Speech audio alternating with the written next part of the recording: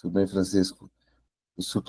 Coloquem essas questões de atividades diretamente no grupo e os tutores farão as indicações necessárias, tá?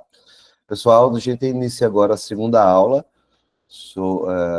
síncrona do nosso curso. Antes de iniciar a aula propriamente dita, eu gostaria de lembrar que, além dessa aula, ainda haverá uma outra aula dessa disciplina, a disciplina de Trabalho e Educação, Fundamentos Teóricos e Didáticos 1. Essa terceira aula e última aula síncrona dessa disciplina ocorrerá no sábado, dia 8 de março, após o Carnaval. Ao longo dessa semana, quando se iniciará a terceira aula, ao invés de ter uma aula síncrona, eu disponibilizarei no ambiente virtual uma videoaula, tá?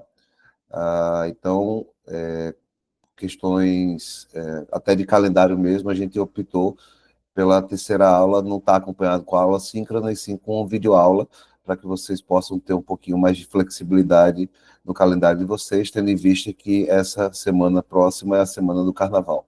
Aí a gente percebeu que não seria interessante ter uma aula síncrona no sábado de Carnaval, tá bom?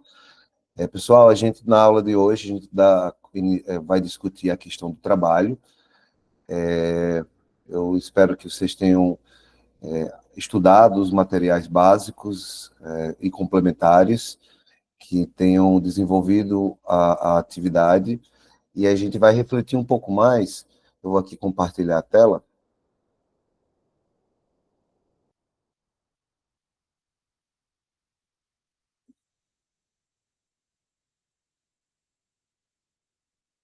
A gente vai discutir, o tema da aula de hoje é o mundo do trabalho e os desafios do trabalho docente, tá?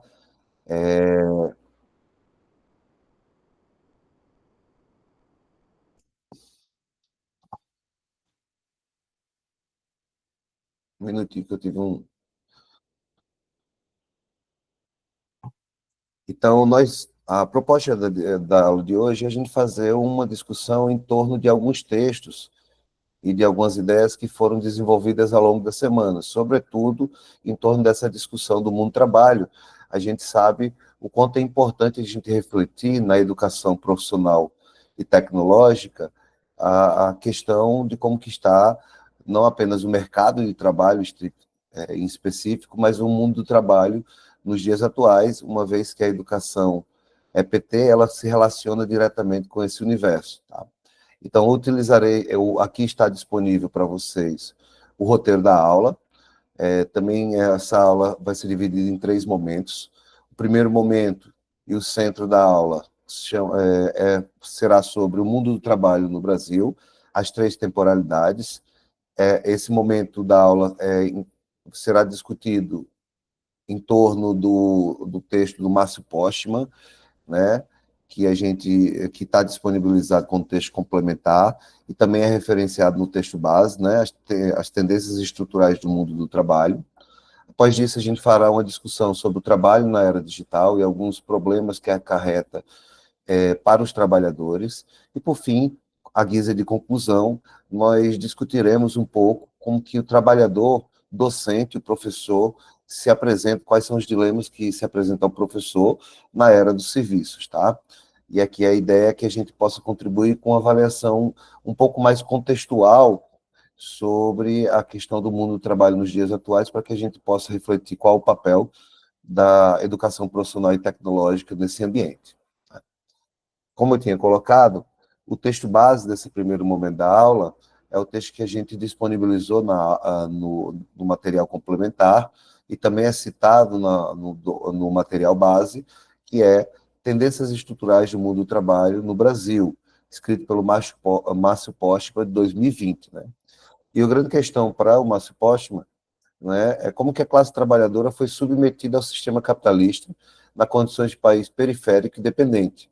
A principal problemática que o Postman vai desenvolver ao longo do texto é que, como nos últimos 150, 200 anos, foi desenvolvendo o mercado de trabalho e quais as áreas em específico desse mercado de trabalho no sistema capitalista brasileiro, né? O Postman ele diz que há 3 temporalidades distintas complementares e articuladas do mundo do trabalho nos últimos 100, 150, quase 200 anos de incorporação do Brasil ao sistema capitalista. A primeira temporalidade é a sociedade agrária, certo? A segunda é a sociedade urbana e industrial, e a terceira, a era dos serviços, essa terceira que é uma era emergente, que está apresentando as suas demandas nas últimas décadas. E aqui a gente vai fazer uma reflexão um pouco mais aprofundada sobre cada uma dessas temporalidades do mundo do trabalho no Brasil. E uma coisa importante dizer que, apesar de você ter uma sequência cronológica, né, primeiro aparece a sociedade agrária, do final do século XIX, início do século XX, depois a urbano-industrial ao longo do século XX, das décadas de 30 e 80, e a emergência da sociedade de serviços, isso não quer dizer que não haja, que essas temporalidades elas não são articuladas e não se complementam, não apareçam simultaneamente, né? Mesmo a gente falando que hoje, no século XXI, há uma tendência do trabalho na área do serviço, ainda há trabalhos na área agrária e industrial. Então, é importante que a gente perceba que essa sucessão cronológica não deixa de contar também algum tipo de elemento de simultaneidade. Então, o mundo do trabalho na sociedade agrária, né? A primeira coisa que a gente tem que refletir quando a gente pensa no mundo do trabalho no Brasil é a herança, tanto escravista como colonial. O Brasil ele não surge no mundo apenas a partir do momento que ele se torna independente ou a partir do momento que ele é incorporado ao mercado capitalista, né? E essa herança, sobretudo a herança escravista, ela impõe alguns desafios para a forma como a sociedade compreende o trabalho, né? Uma vez que mais de 350 anos de escravidão deixou marcas deletérias em toda a forma como a sociedade brasileira compreende o trabalho, né? E isso não é uma coisa que a gente percebe que desaparece de uma hora para outra, e que a gente percebe que ainda hoje a herança escravista ainda é muito forte, basta observar as oportunidades e os espaços de emprego que as pessoas negras têm, né, em relação às pessoas brancas, né, e isso dá para mostrar como a herança escravista é muito importante, né. A transição para o capitalismo no Brasil se mostrou tardia e só vai ser possível a partir de meados do século XIX, de meados para o final do século XIX. Algumas leis e alguns movimentos foram importantes para essa transição para o capitalismo no Brasil. A primeira delas é a Lei da Terra, de 1850, em que garante o direito da propriedade privada, e também as medidas gradualistas de transição do trabalho escravo para o trabalho livre, né? A gente sabe que, ao longo do século XIX, no período imperial, a sociedade brasileira foi organizando uma forma de sair de forma bem lenta e gradual do trabalho escravizado, né? Apesar de que o movimento abolicionista começou a cobrar de forma mais veemente a saída da escravidão e tenha havido um conjunto significativo de resistência à escravidão desde o início da escravidão no Brasil, o governo e as elites da época começaram a se preparar para fazer uma transição do trabalho escravo para o trabalho livre apenas na segunda metade do século XIX. É sempre bom lembrar que o Brasil é o último país da América Latina e um dos últimos países do mundo a abolir a escravidão, certo? E também a terminar com o tráfico negreiro, né? Do ponto de vista do Postman, há três componentes sociais fundamentais do trabalho no Brasil. O primeiro, os negros africanos escravizados, né, que vão...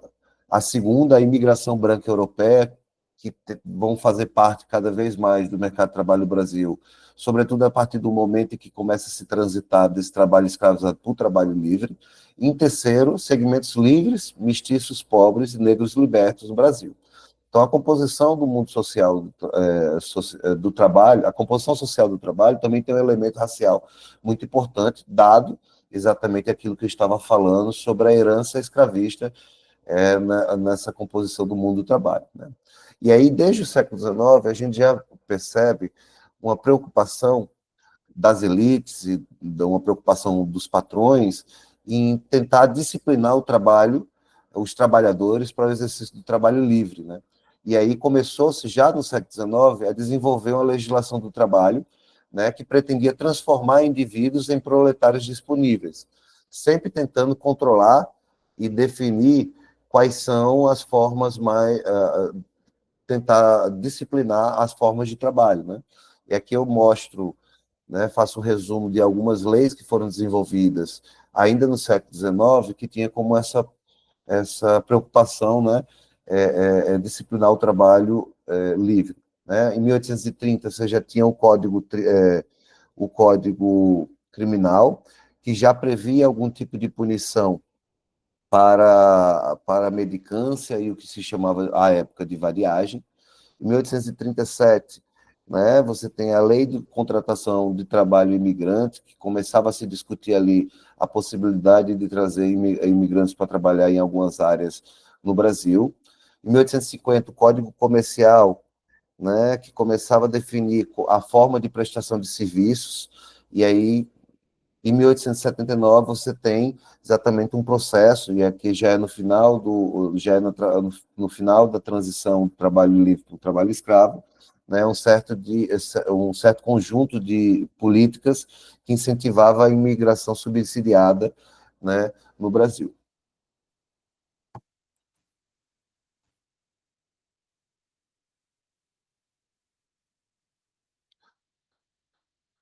Aqui, ainda nesse âmbito do trabalho da sociedade agrária, é importante a gente perceber que logo no início da República, né, onde ocorreu uma mudança de regime político e também o final da escravidão, mas do ponto de vista da estrutura econômica, se manteve intacta a tendência de que o Brasil deveria ser baseado numa sociedade agrária, né, e numa economia agropecuária. Então, só que teve alguns aprofundamentos, né, sobretudo porque na República Velha o que se desenvolvia era o princípio liberal de ausência de uma legislação laboral, ou seja, o trabalho não deveria ser compreendido como uma relação o governo não deveria ter nenhum tipo de papel, segundo os princípios liberais, de intervir nas relações de trabalho. As relações de trabalho que eram compreendidas como algo que deveria ser estabelecido apenas entre patrão e empregado. Né? Então, por isso que você vai ter uma omissão muito forte do Estado no mercado de trabalho, e aí, apesar de você de terminar a escravidão, né, as condições de trabalho eram muito próximas das condições de trabalho escravo, e a maior parte do trabalho entre 1872 e 1940 ainda era, né, as ocupações disponíveis ainda eram no setor agropecuário, certo? Aqui o Márcio Postman, ele traz uma tabela que mostra exatamente esse elemento, né? Ele divide aqui a população economicamente ativa dividida em trabalho primário, lembrando que o setor primário é aquele ligado à agropecuária e também mineração. O setor secundário, que é o setor, né, de produção industrial, certo? E o setor terciário, que é o setor de serviços.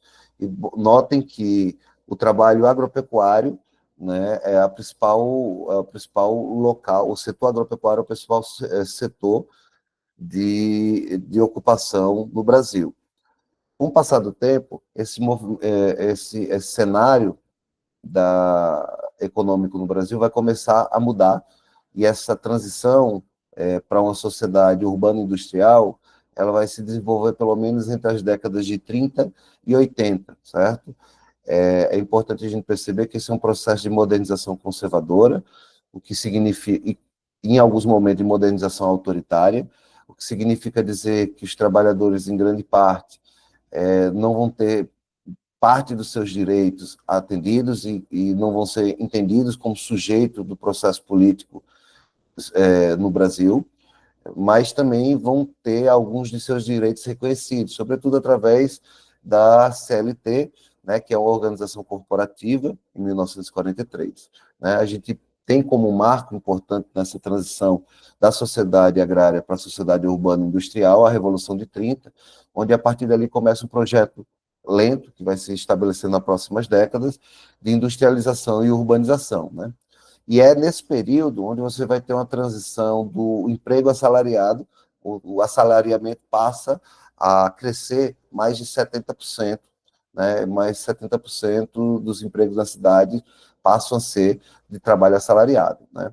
A qualidade desse trabalho assalariado, entretanto, é de alta precarização, baixo rendimento e grande informalidade. É importante que se diga que o trabalho só vai haver uma mudança significativa da população rural para a população urbana a partir de finais da década de 60 para início da década de 70. E boa parte da CLT pressupunha direito aos trabalhadores urbanos. Os trabalhadores rurais, até os anos 60, ainda não tinham alguns dos seus direitos básicos, como salário mínimo e um conjunto de outros direitos, garantidos pelas leis trabalhistas no Brasil. Isso só vai ocorrer a partir dos anos 60 e 70, quando a população rural vai ser minoritária em relação à população urbana. Tá? Aqui, e isso é importante falar, né, sobre que você vai ter um crescimento importante do setor secundário, né? Em 1940, esse setor secundário, onde se desenvolve boa parte dos empregos, era apenas 11% da população ocupada, e esse número, em 1980, vai pular para a casa dos 27,5%. Também vai ter um espaço interessante, importante, do setor terciário, que vai de 19% para 40%. Tá? E uma diminuição significativa dos trabalhos, das ocupações nos setores agropecuários, que passam de 62% em 1940 para 30% em 1980. Aqui aparecem outros elementos importantes, que é justamente a questão do trabalho assalariado e os elementos de formalidade e informalidade, né? Então, como já tinha dito anteriormente, você vai ter um crescimento da formalização do trabalho nesse período de 1940 a 1950, mas ainda vai ter uma presença importante da informalidade, né? Muito embora essa presença tenha sido decrescente nesse período.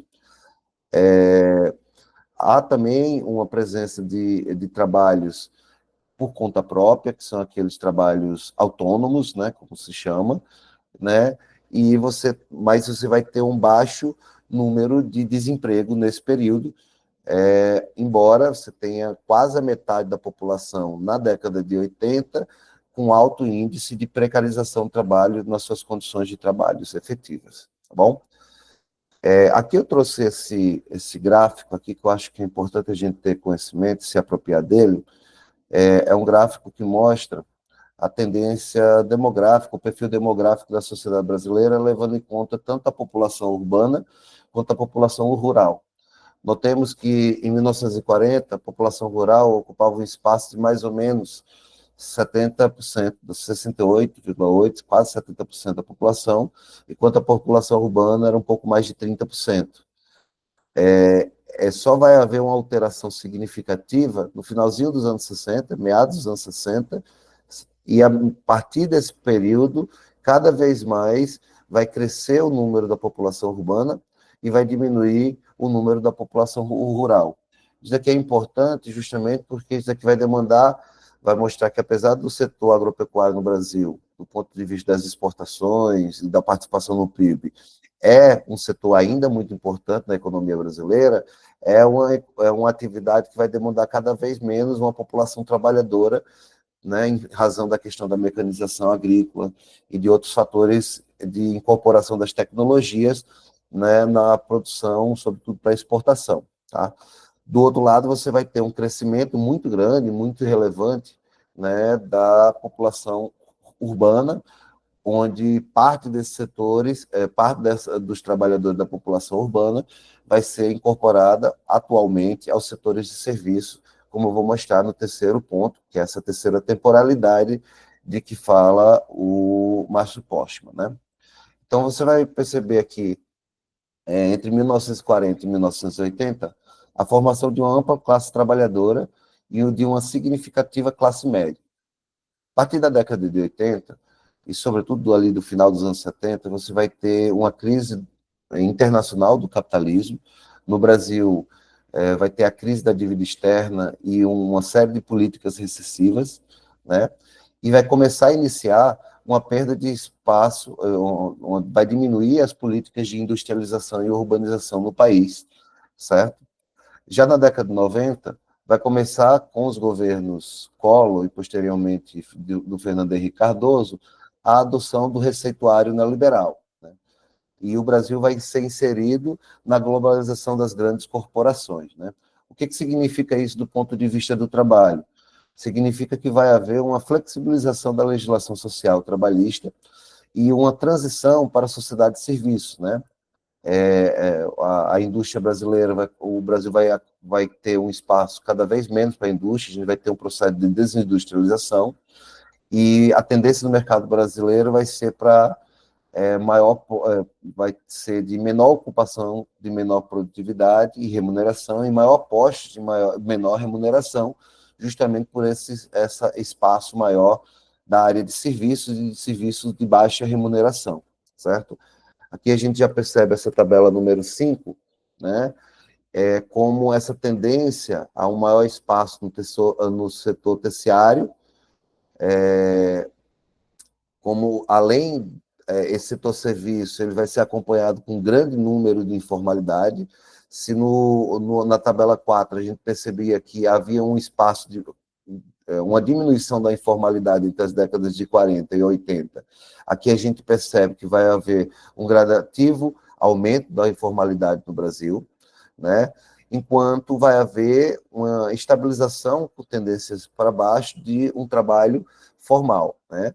A tendência do trabalho ainda é o trabalho assalariado, embora a remuneração por conta própria, ela tende a crescer, certo? Assim como tende a crescer também um espaço maior, né? Como a gente vai ver um pouco a seguir, da questão do desemprego e da questão da precarização. E é essa sociedade de serviços, né, que está emergindo nas últimas décadas, que vem acompanhado por uma série de medidas de flexibilização das leis trabalhistas e de diminuição dos direitos dos trabalhadores, vão dar origem ao que um autor que eu vou utilizar aqui, chamado o Ricardo Antunes, chama do privilégio da servidão, tá certo? Então, aqui a gente vai dar início a um segundo momento da aula, que é tentar refletir sobretudo o mercado de trabalho na era digital, né? O texto base que eu vou utilizar é o texto do Ricardo Antunes, cujo título é O Privilégio da Servidão, o Novo Proletariado de Serviços na Era Digital, né? Um texto recente, de 2008, que já contou com algumas alterações e com algumas incorporações, uma vez que a pandemia acelerou algumas das tendências que o Ricardo Antunes apontava em 2018, né? Então, o contexto, o cenário sobre o qual trata o Ricardo Antunes é justamente o contexto de uma mudança brutal na morfologia do trabalho, né?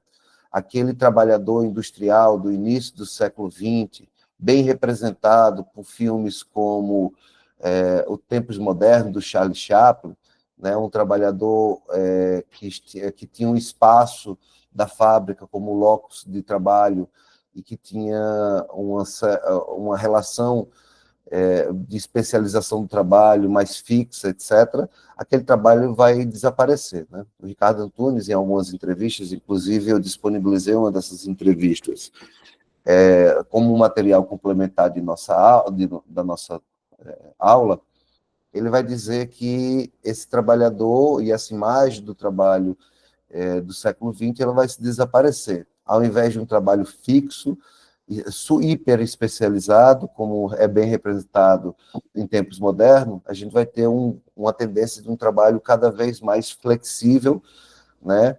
E ao invés da fábrica e da indústria serem locos de trabalho desse trabalhador do século que era representado no século XX, agora a gente vai ter cada vez mais a ideia do trabalho na área de serviços, né? E essa era digital ela vai exponenciar as tendências que já se iniciaram em meados, na segunda metade do século XX, né? Então, essa nova morfologia do trabalho, ela tem uma gênese, né? O Ricardo Antunes aponta que essa gênese desse processo se inicia a partir de 1973, né, com a crise do capitalismo, sobretudo a partir da crise do petróleo, em 73, quando você vai ter uma alta generalizada dos preços e uma tendência do capitalismo a tentar aumentar a produtividade a partir da diminuição dos custos do trabalho, né? É nesse momento que você vai ter a implementação do paradigma neoliberal. É importante pensar que os teóricos do neoliberalismo remontam aos anos 30 e 40, mas os experimentos neoliberais só vão ocorrer a partir do final da década de 70. A gente fala bastante de que o neoliberalismo fala muito da imagem do Reagan e da Thatcher como os pais, como o pai e a mãe do neoliberalismo, mas a gente tem que falar também que um dos experimentos fundamentais do neoliberalismo no mundo foi o Chile do Pinochet, ou seja, há alguns teóricos que dizem que o neoliberalismo tem uma relação direta com a questão existe uma tendência do neoliberalismo, ou pelo menos uma correlação com o autoritarismo, uma vez que a desregularização e a retirada dos direitos dos trabalhadores é fortemente... muitas vezes os governos eles têm que utilizar de medidas autoritárias para controlar os trabalhadores. Esse processo de diminuição dos direitos trabalhistas é acompanhado com a revolução informacional do final do século XX, né? E essa revolução informacional, a utilização de tecnologias que vai diminuir os postos um conjunto de postos de trabalho pela substituição pelas máquinas. E, finalmente, a crise do capitalismo, com as crises de 2018 e 2019, vai agravar essa crise que se inicia na década de 70 do século XX. Tá? A reflexão que o Ricardo Antunes nos traz é justamente uma tendência de que todo o capitalismo moderno, ou contemporâneo, ele tende a diminuir o espaço, né, da presença do trabalhador. Né? Um exemplo que ele utiliza para isso é justamente da indústria 4.0, né, seria justamente uma indústria que dispensaria a presença do trabalhador, né? Com isso, você diminui cada vez mais a presença de novos postos de trabalho qualificados e os trabalhos que se aumentam são trabalhos, né, com menos qualificação, gerando um desemprego estrutural. Você vai ter a presença de uma indústria de serviço. Uma das tendências disso é exatamente o trabalho intermitente. Em 2017, 2016, 2017, 2018, ocorreram conjuntos de reformas econômicas no Brasil, entre eles a reforma trabalhista e as leis de terceirização, que tentaram agravar a perca de direitos do trabalho no Brasil, justamente segundo os seus idealizadores, para incluir o Brasil nessa nova dinâmica do trabalho mundial, né? E a tecnologia, isso é uma coisa importante, tecnologias e aplicativos como Uber, iFood, etc., eles são controlados e são produzidos para benefício de grandes corporações, né? E aí, uma das tendências desse trabalho que a gente percebe no dia a dia das cidades, enfim, no dia a dia da nossa vida, é justamente aquilo que a gente está percebendo como uberização do trabalho, que é a ideia de que o trabalhador ele pode ser, né, um chefe de si mesmo, um empresário de si mesmo, quando, na verdade, ele está sem nenhum tipo de regulamentação e, muitas vezes, sem nenhum tipo de direito, né, trabalhando para o enriquecimento de meia dúzia de empresas, né, internacionais, certo? O título desse texto, do livro do Ricardo Antunes, chamado Privilégio da Servidão, é uma provocação, né, que ele coloca a ideia de privilégio e servidão seriam termos antinômicos, mas ele utiliza a ideia de que, se confirmar no futuro a tendência que está se apresentando nessas últimas décadas, ou você vai ter, de um lado, o desemprego estrutural, ou, se os trabalhadores tiverem sorte, eles vão agir, serem servos. Óbvio que ele está utilizando a ideia de servo como uma metáfora, né? Aqui eu trago, inclusive, um infográficozinho que mostra um pouco da transformação que ocorreu nos últimos anos, em termos do trabalho industrial, né? Então, você tem aqui o trabalho da indústria 1.0, você tinha a presença da mecanização, né, ali no final do século XIX, né, o tipo de indústria, sobretudo da indústria do TA e a energia a vapor. A indústria 2.0 já é aquela produção em escala muito representada pelo Taylorismo e o Fordismo. A gente sempre lembra do filme Tempos Modernos, para lembrar dessa indústria. A partir do final dos anos 60 e início dos anos 70, você começa um processo muito forte de automação através de robótica, da presença de computadores, internet, eletrônicos, né, que seria a indústria 3.0. E a indústria 4.0, ela se distingue porque ela dispensaria a presença de próprios trabalhadores, onde você teria a boa parte da indústria, né, ela seria desenvolvido numa relação de máquina com máquina, né, e os sistemas seriam desenvolvidos através da cibernética, da internet das coisas, redes, a presença da inteligência artificial, tá? Então, óbvio que a gente está utilizando aqui os textos, tanto do Postman quanto do Ricardo Antunes, para tentar observar e fazer uma avaliação mais crítica das tendências do mercado de trabalho na atualidade. Agora, a gente sabe que o capitalismo, sobretudo o capitalismo brasileiro, ele é desigual e combinado. Então, ao mesmo tempo que você tem as tendências desse trabalho na era digital, sobrevive em formas de trabalho do século XIX, né? Nos últimos, ainda há a presença, por exemplo, de trabalhos análogos à escravidão, né? Em alguns lugares, a indústria ainda ocupa um papel importante, mas não dá para a gente deixar de perceber que o espaço maior que a gente tem é justamente o espaço do serviço, né?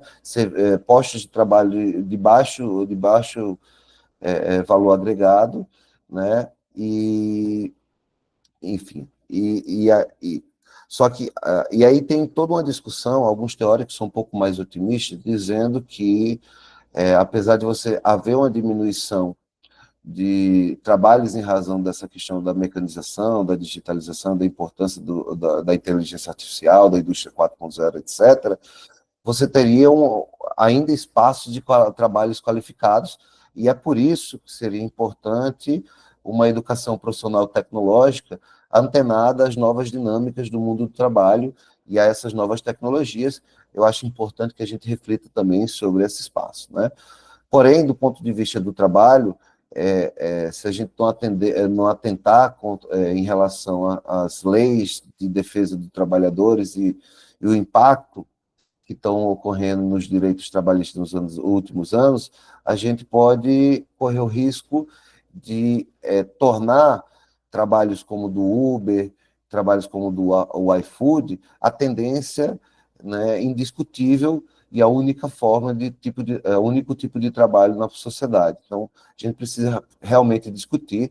Nos últimos dias, a gente percebeu, nos últimos meses, passou a se discutir e teve um espaço na mídia e nas redes sociais a discussão sobre a diminuição da jornada de trabalho, né?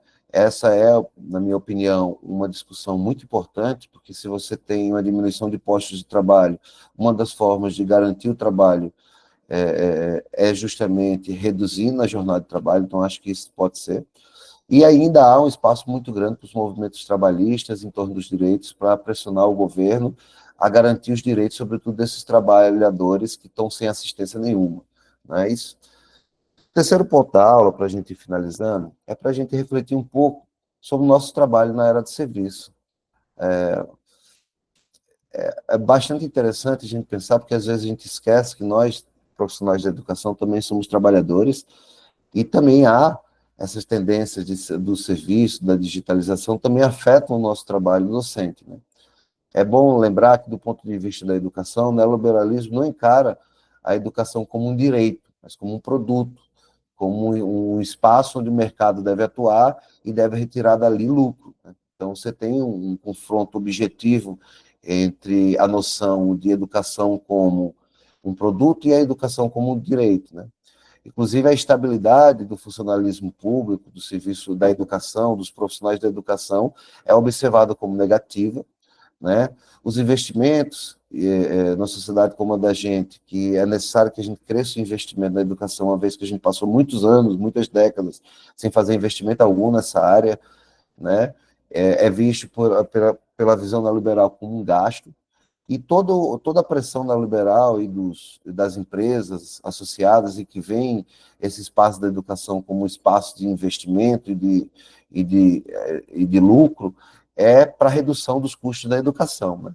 E um dos principais custos da educação é justamente, né, a atividade docente, né, e há uma tendência, né, e há uma disputa na sociedade de ver o trabalho docente como um gasto e de precarizar a atividade docente cada vez mais, né? A gente já vê que o trabalho docente é precarizado e dentro dessa percepção neoliberal isso deveria ser a tendência, né?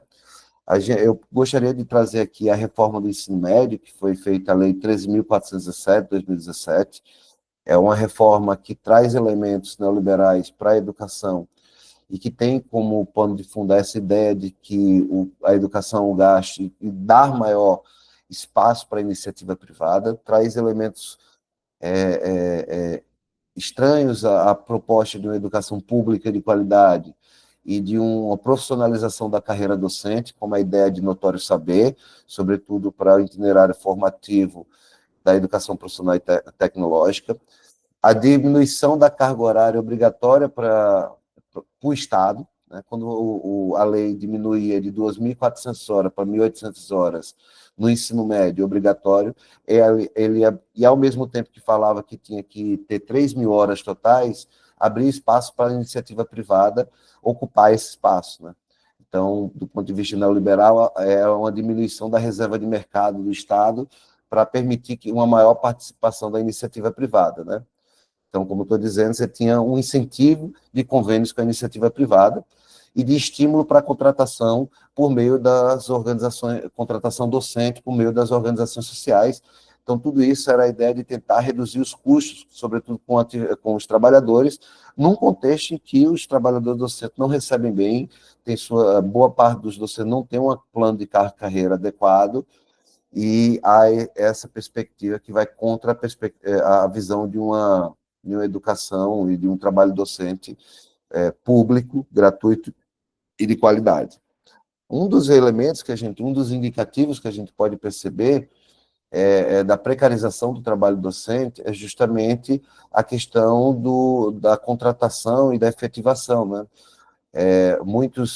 Aqui eu trago um dado sobre os governos, as redes estaduais, e a gente tem percebido um número cada vez maior, cada vez menor de trabalhadores efetivos, né? Está diminuindo tanto em número total quanto em número relativo, o número de trabalhadores efetivos. Você tem muitas pessoas que foram contratadas nos anos 80, 90, que estão se aposentando, e isso não está acompanhado de novos concursos, o que está aumentando os contratos temporários, né, que, em geral, muitas vezes, a maior parte dos trabalhadores com contratos temporários não recebem o mesmo e não tem as garantias que os trabalhadores efetivos da educação têm, né? Então, a gente tem que discutir um pouco mais e cobrar um pouco mais dos governos, justamente, tanto a criação de planos de carreiras adequados, quanto, sobretudo, a formulação de novos concursos, porque já a partir de entre 2020 e 2023, houve uma inversão, né? Você tem hoje cerca de 51% dos professores das redes estaduais são professores contratados. Isso aqui é um ponto importante para a gente relacionar a última aula, porque é nesse mesmo período que você vai ter um aumento de duas questões nas escolas estaduais. Primeira, de escolas em tempo integral. Então, se você tem você tem um maior número de escolas em tempo integral, significa que você precisa de maior docentes, né? Maior número de professores, né? Para atender o mesmo número de alunos, uma vez que as escolas elas estariam trabalhando, né, com mais tempo por aluno. E o que está acontecendo é justamente o contrário, né? Você tem uma diminuição do número de professores e você tem efetivos, né? E nesse mesmo momento do tempo integral, você também ocorre que tem um aumento das escolas técnicas profissionalizantes estaduais. E boa parte, como já trouxe na última aula, dos profissionais das áreas técnicas não estão sendo contratados por concurso, e sim por organizações sociais, por terceirização, ou seja, aumentando o nível de precarização do trabalho docente. Tá? Aqui eu trago, inclusive, um dado, já estou encaminhando para o final da aula, certo? Das redes estaduais, né? A quantidade de docentes das redes estaduais por tipo de contratação. A maior parte das redes estaduais, né? Você tem, por exemplo, um estado importante, com quantidade relevante de professores, né? Como Minas Gerais, menos de 20% são efetivos, né?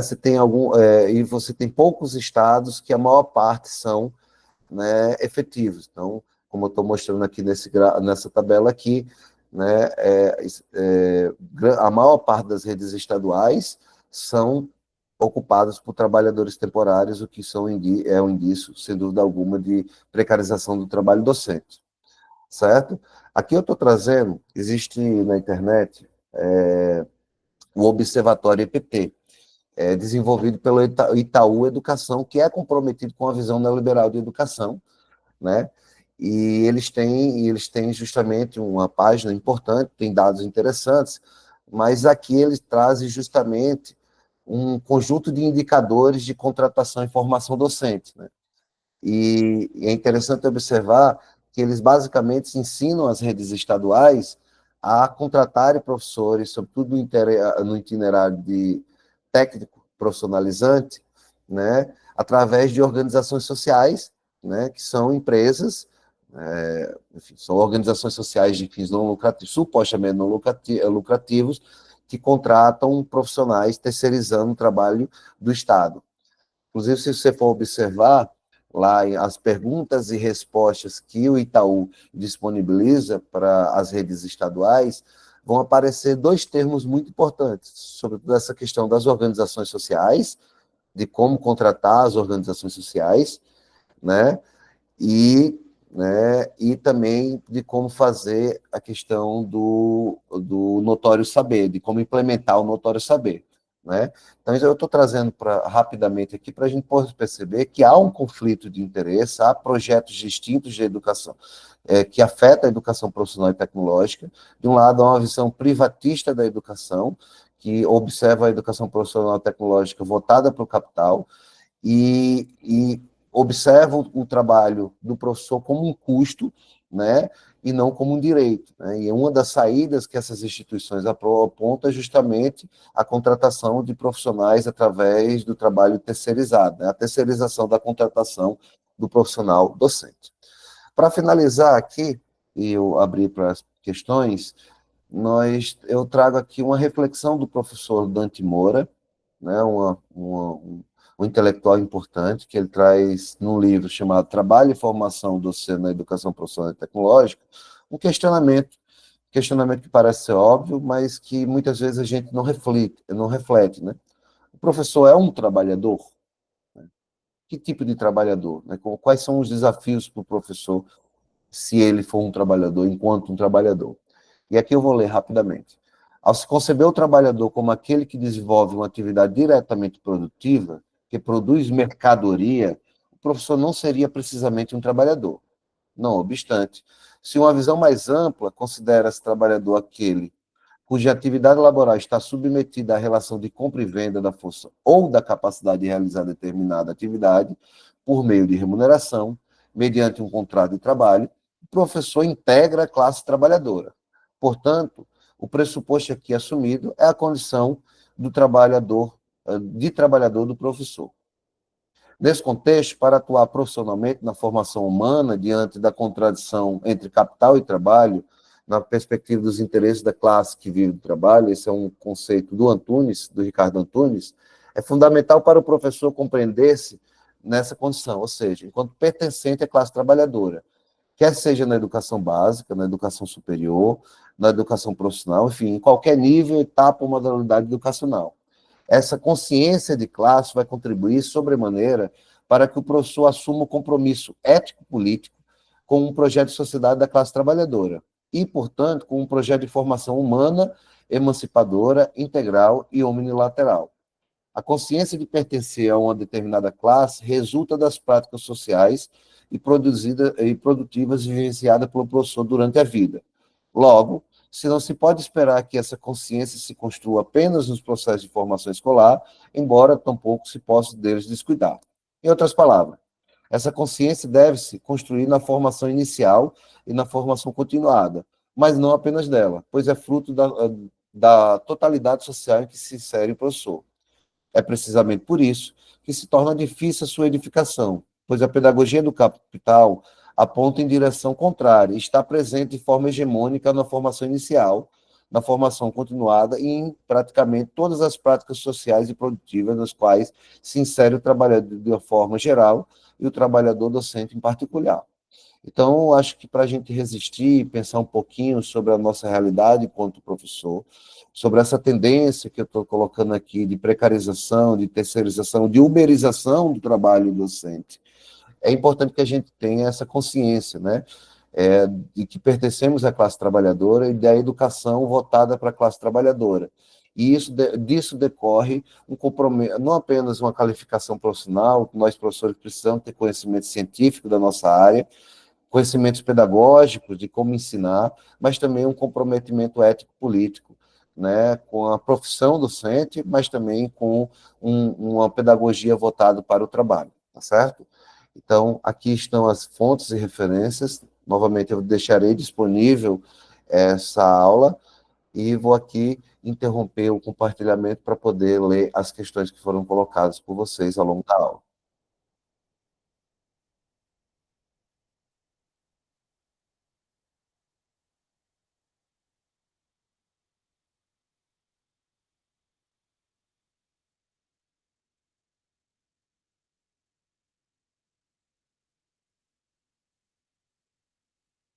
Não sei se vocês...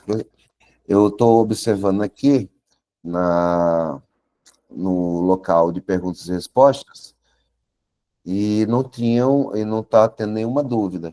Então, se não tem nenhuma dúvida, eu darei por encerrada a aula. Primeiramente, eu gostaria de agradecer a presença de todos.